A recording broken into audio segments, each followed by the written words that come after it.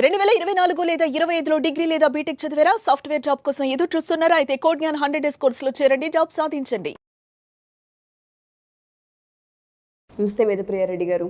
నమస్తే ఉషమ్మా. భార్యాభర్తల వివాహ బంధం ఎప్పుడైతే ముందుకెళ్తూ ఉంటుందో తెలుసో తెలియకో కొన్ని మిస్టేక్స్ జరుగుతూ ఉంటాయి. ఓన్లీ హస్బెండ్ వైఫ్ మాత్రమే మాట్లాడదాం. వేరే వైపు చూడడం కావచ్చు, వేరే వాళ్ళకి అట్రాక్ట్ అవ్వడం కావచ్చు, లేదా తెలియకుండా ఇంకో వైపు బిజినెస్కి సంబంధించిన ఇన్వెస్ట్మెంట్ పెట్టుండొచ్చు, లేదా పేరెంట్స్కి సంబంధించి ఇంకేదైనా వాళ్ళ కోసం ప్రిపరేషన్స్ వైఫ్కి తెలియకుండా చేసి ఉండొచ్చు. ఇలా ఒక పాయింట్ ఆఫ్ వ్యూ అని కాదు, కొన్ని సందర్భాల్లో వైఫ్ని హైడ్ చేసుకొని చేస్తూ ఉంటారు. అది అనుకోకుండా తెలవడమో, లేదా ఎక్కడో తప్పు చేస్తున్న భావన కలిగే హస్బెండే లేదు నా వైఫ్కి ఓపెన్ అయితే బెటర్ అని ఓపెన్ అవ్వడము జరుగుతుంటుంది. ఒక్కసారి హస్బెండ్ నేను తప్పు చేశాను, నేను తెలియకుండా చేశాను, ఇది మిస్టేక్ అని అన్న తర్వాత ఎలా యాక్సెప్ట్ చేయాలి వైఫ్ అంటారు? We both are very close. Okay, మనం ఏ టాపిక్ అన్నా మాట్లాడగలం, మదర్ టు మదర్ ఏమన్నా ఎక్స్ప్రెస్ చేసుకోగలం. అలా అని కలిసి ఇద్దరం స్నానం చేస్తామా? గుడ్. సో ఎవరు ఎవరికి ఎంత క్లోజ్ అయినా, భార్యాభర్తలైనా కూడా కొన్ని తన మన పర అన్న పదాలు ఉంటాయి. ఓకే, ఇట్ మీన్స్ కొన్ని మనం అనుకొని చెప్పాలి, కొన్ని తన అనుకొని చెప్పాలి, కొన్ని పర అనుకొని దాయాలి. మనం ఇంత క్లోజ్ అయి ఉండి, విమెన్ టు విమెన్ అయి ఉండి కూడా we don't want have shop together. Why? Because ఒక్కవరకే గీత లైన్ ఉంటుంది, ఉండాలి. ఆ భార్యాభర్తలకు కూడా ఆ గీత ఉండాలి అని చెప్తున్నాను. Okay, many of the times ఈ యాక్సెప్టెన్స్ లెవెల్ అనేది ఉండదు. మీరు చాలా వేగగా అడిగినారు క్వశ్చన్, నేను దాన్ని కొంచెం దగ్గరికి తీసుకొచ్చి ఆన్సర్ చెప్తాను. నేను only third person in marriage గురించి చెప్తాను, టు ద పాయింట్. అక్కడిక్కడ తిరిగే వద్దు. ఓకే, ఒక పెళ్ళిలో మెన్కి థర్డ్ పర్సన్ ఉంటే పరిస్థితి ఏంటి ఆడవాళ్ళది, ఆర్ ఆడవాళ్ళు వాళ్ళని బాదర్ చేస్తారు, చేయకుండా ఉంటే బాగుంటుందా, is another point you have raised. ఇందులో 2 పాయింట్స్ ఉన్నాయి.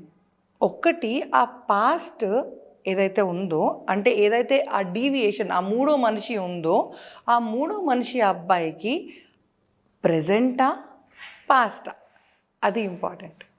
ఓకే, ఇప్పుడు నేను ఒక మనిషిని ఇష్టపడ్డాను, ఆ మనిషి ప్యారలల్గా, అంటే 1 గంట నాతో ఇంకో గంట ఆవిడతో మాట్లాడారనుకోండి, it will be hard for me to take it.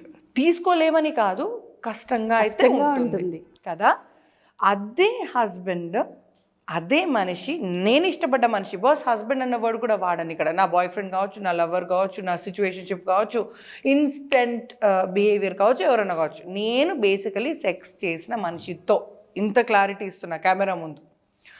ఆ అబ్బాయి ఇంకొకరితో మాట్లాడితే సుర్రు అంటది ఏ పిల్లకైనా, ప్రొవైడెడ్ ఇలా జరిగింది అన్నది పాస్ట్ అయ్యి ఉన్నంటే, మా ఎంగేజ్మెంట్ కంటే ముందో, మా పెళ్ళి కంటే ముందో, మేమిద్దరం కలవ కంటే ముందో అయ్యిందంటే మీ యాక్సెప్టెన్స్ లెవెల్ కొంచెం పెంచుకోవడం న్యాయం. ఓకే, ఎందుకంటే అది అయిపోయింది. అది ఇప్పుడు ఉషమ్మ మనిద్దరం ఫ్రెండ్స్ కదా, ఇప్పుడు మనిద్దరం బెస్ట్ ఫ్రెండ్స్, కానీ నేను రాకముందు మీకు కొందరు బెస్ట్ ఫ్రెండ్స్ అయి ఉంటారు, మీరు రాకముందు నాకు కొందరు బెస్ట్ ఫ్రెండ్స్ అయి ఉంటారు. ఓన్లీ ఫ్రెండ్షిప్ బిహేవియర్లో చెప్తున్నాను నేను ఇక్కడ, గర్ల్ టు గర్ల్ చెప్తున్నాను, బాయ్స్ కూడా నేను ఇంట్లో కలపట్లేదు. బట్ స్టిల్ ఇప్పుడు మన ఇద్దరం బెస్ట్ ఫ్రెండ్స్. నా ముందు ఇంకొక ఆమె వచ్చి, అరే నువ్వు ఉంటే చాలరా నాకు అంటే, అవునరా నువ్వు ఉంటే చాలరా నాకు అని ఒక గర్ల్తో మీరు అన్నారనుకోండి, do you think I will take it? No.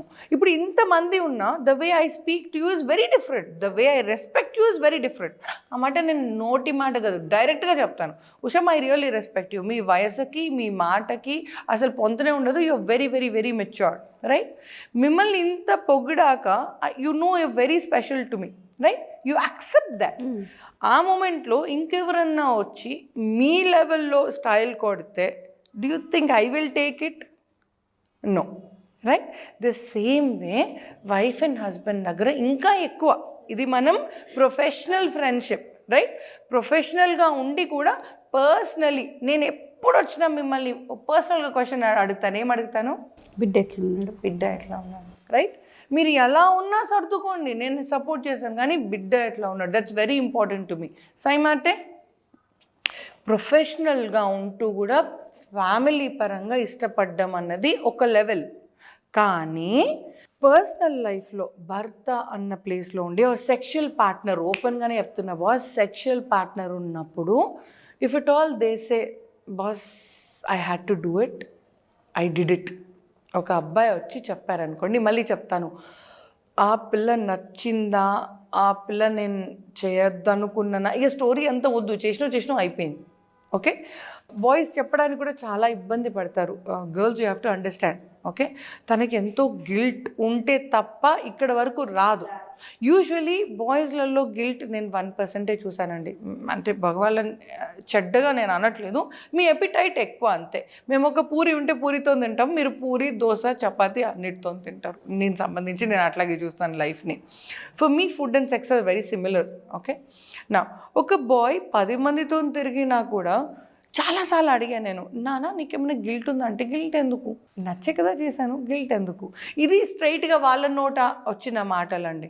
Okay, విమెన్కి husband ఉండి ఆర్ బాయ్ ఫ్రెండ్ ఉండి, హస్బెండ్ చాలా ఎక్కువ అండి, బాయ్ ఫ్రెండ్ ఉన్నా కూడా, ఒక లవర్ ఉన్నా కూడా, ఇన్స్టెంట్గా ఒక ఫీలింగ్ వచ్చిన, వన్ నైట్ స్టాండ్ ఏ బిహేవియర్లో ఉన్నా కూడా ఇంకొకరితోని ఆ ఫీల్ వచ్చినా కూడా ఎంత పాపం చేసినామో అన్న ఫీలింగ్ మనకు ఎక్కువ ఉంటుంది, గిల్ట్ ఎక్కువ ఉంటుంది.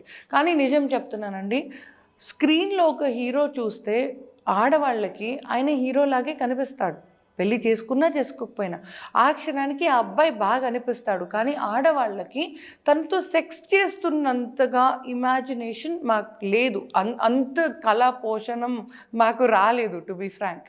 కానీ మెన్ అట్లా కాదు. ఒక ఫోటో చూపిస్తే మీరు డ్యూయట్ వేసేసుకుంటారు, 2 పిల్లలకి తండ్రి కూడా అయిపోతారు.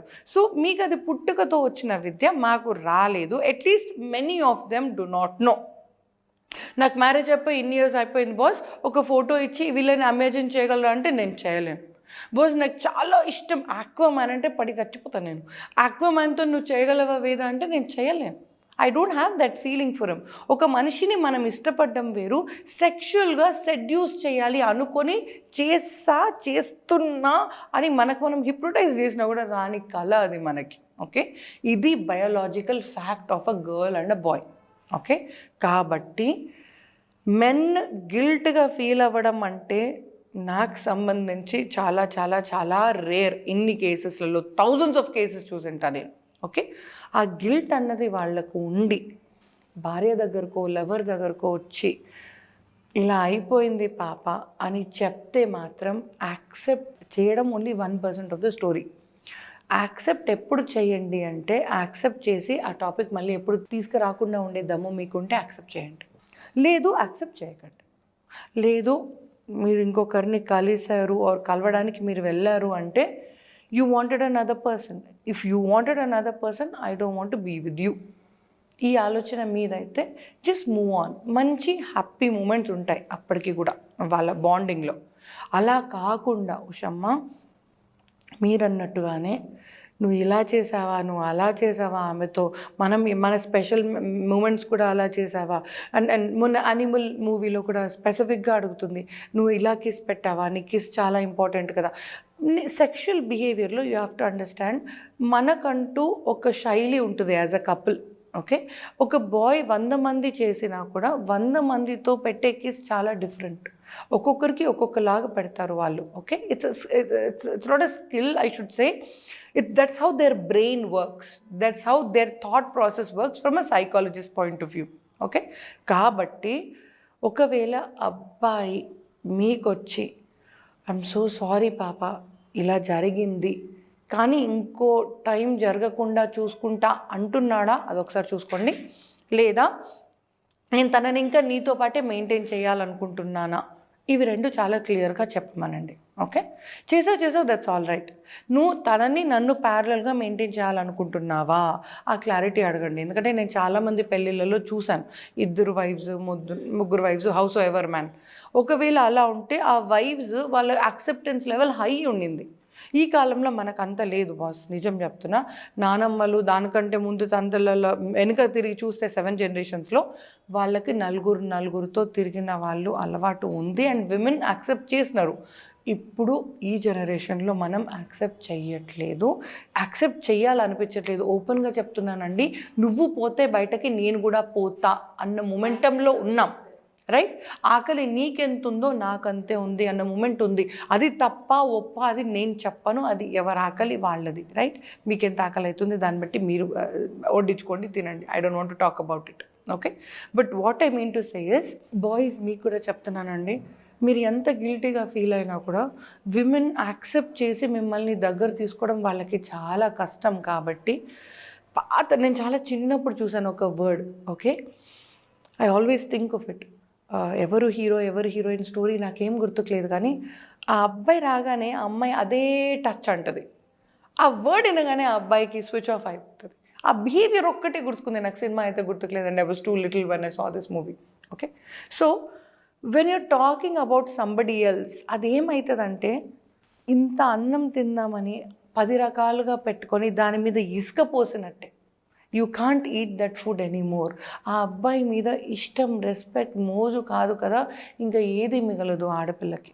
అలాంటిది మిమ్మల్ని యాక్సెప్ట్ చేయడానికి తను కుదిరింది అంటే మీరు మాత్రం చూసావా నీ దగ్గర ఇలా కష్టంగా ఉంది, ఆమె దగ్గర ఇలా ఇష్టంగా ఉంది అంటూ పాయింట్లు మీరు మాట్లాడితే మీ భార్య ఏం చేస్తుందో నాకు తెలియదు, కానీ నాకు తెలిస్తే నేను ఎత్తి బగలు కొట్టేస్తాను, ఓకే? బయటకు పోయి రావడం ఎనీవే తప్పు. పోయి వచ్చినాక మేము యాక్సెప్ట్ చేయడం చాలా పెద్ద మనసు ఉండి చేసినాం. ఆ తర్వాత మీరు మనం ఇంకా బాదర్ చేయకండి.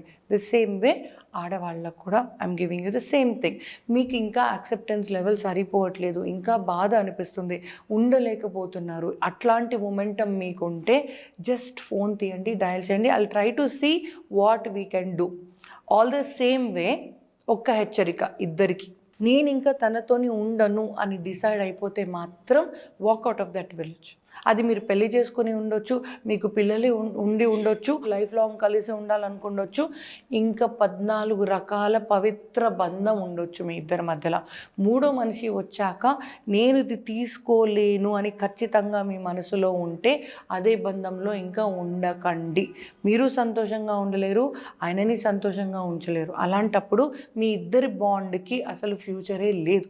ఫ్యూచర్ లేని టైంలో ఆ ఇంట్లో ఉండడం ఎలాంటిది అంటే ఉషమ్మ, ఒకప్పుడు ఒక ఇంట్లో 9 ఉండేవాళ్ళు, ఇప్పుడు ఆ ఇంట్లో 9 భూతాలు ఉంటున్నారు, పిశాచాలు ఉంటున్నారు అన్నట్టుగా అయిపోతుంది మీ లైఫ్.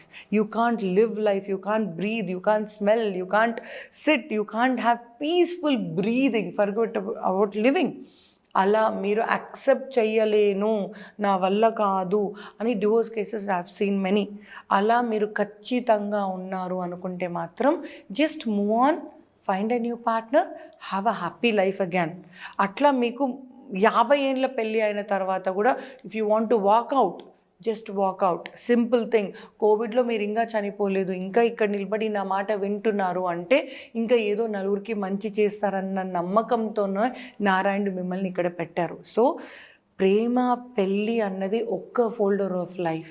నలుగురి కోసం బతికితే అది నారాయణుడికి ఇష్టమైన జీవితం, అది చేయండి. మిగతావన్నీ immaterial in life. Thank you so much madam.